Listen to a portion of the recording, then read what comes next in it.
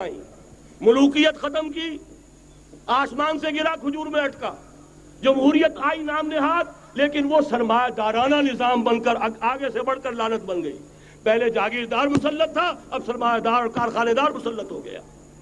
اس سے نکلنے کے لیے زور لگایا، کمیونزم کی طرف گئے، چھلانگ لگائی، اب ایک پارٹی ڈکٹیٹر بن کر بیٹھ گئی۔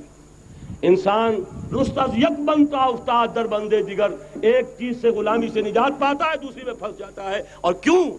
کہ وہ نظام عدل اجتماعی جو محمد عربی کو دے کر بھیجا گیا تھا، اس کے کسٹوڈین سوئے ہوئے ہیں، اس کے کسٹوڈینز کو اندازہ ہی نہیں۔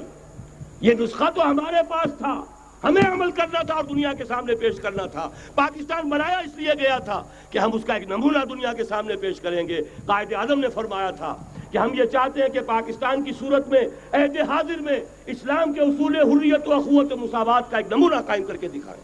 کہاں ہے وہ؟ بھٹک گئے، سو گئے۔ بہرحال اب بھی وقت ہے، جب تک سانس تب تک آس۔ میرے عزیز نے تو ڈرایا ہے اور صحیح ڈرایا ہے۔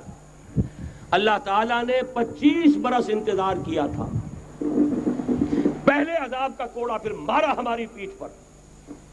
وَلَنُذِيقَنَّهُم مِّنَ الْعَذَابِ الْأَدْنَىٰ دُونَ الْعَذَابِ الْأَكْبَرِ، بڑے عذاب سے پہلے چھوٹا عذاب کا مزہ چکھائیں گے۔ لَعَلَّهُمْ يَرْجِعُونَ، شاید کہ لوٹ آئیں۔ وہ ہم سے 1000 میل کے فاصلے پر ہوا تھا، اگرچہ 93,000 ہمارا کڑیل جوان، جن میں غالباً 43,000 فوجی، اور یہ کہ تقریباً اتنی تعداد میں جو غیر فوجی تھے، وہ اس ہندو کے غلام بنے، قیدی بنے، جن پر 800 برس تک، کہیں 600 برس تک، کہیں 1000 برس تک حکومت کی تھی۔ اتنی بڑی شکست کا کلنک کا ٹیکا ہماری پیٹھ پر پڑا۔ پہلے عذاب کا کوڑا آ گیا تھا، 25 برس ہو گئے تھے قمری حساب سے، نوٹ کر لیجئے۔ یہ نہ سمجھیے 24.25 برس ہوئے تھے، 24.25 برس قمری حساب سے 25 برس تھے۔ اور اب نوٹ کر لیجئے، اگلے 25 برس کے پورے ہونے میں اگلے رمضان کی 27 تاریخ تک صرف مہلت ہے۔ نصف صدی پوری ہوا چاہتی ہے۔ کوئی عجب نہیں اس عذاب الادنیٰ کے بعد ہم جاگے نہیں، ہوش میں نہیں آئے۔ کوئی عجب نہیں کہ بڑے عذاب کا کوڑا ہماری پیٹھوں پر برس جائے۔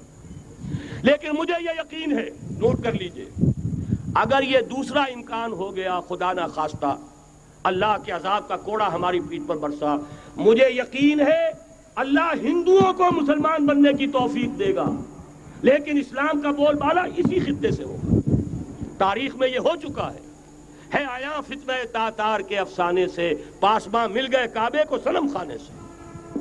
تاتاریوں کے ہاتھوں کروڑوں مسلمان قتل ہوئے، لیکن اسلام نے تاتاریوں کو فتح کر لیا، اور پھر اسلام کا مسلمانوں کا دوسرا دور عروج انہی تاتاریوں کی مختلف شاخوں کے تحت ہوا۔ وہ تاتاری ہی تو تھے، وہ سارے ہورس، ٹرکش ہورس، ترکان تیموری، ترکان صفوی، ترکان سلجوقی، ترکان عثمانی، وہی تو سٹاک تو وہی ہے آیا فتنہ تاتار کے افسانے سے، پاسباں مل گئے کعبے کو صنم خانے سے۔ اس لیے کہ حضور نے فرمایا مشرق سے ہوگا، یہاں سے فوجیں چلیں گی، تو کوئی عجب نہیں۔ بہرحال یہ 2 امکانات ہیں، لیکن اس کا فیصلہ تیرے ہاتھوں میں ہے، دل یا بدن، سیدھی بات۔ اگر تو اب بھی ہم ٹھیک ہو جائیں، جاگ جائیں، ہوش میں آ جائیں، قوم یونس کی طرح توبہ کر لیں، تو بغیر عذاب کے کوڑے کے رحمت خداوندی ہم پر سایہ کرے گی۔ اگر ہم نہ جاگے تو وہ عذاب کا کوڑا آئے گا۔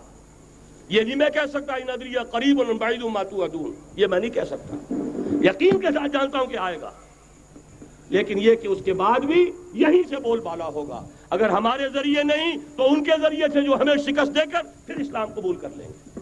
لیکن کیوں نہ پہلے ہی راستے پر چلنے کی کوشش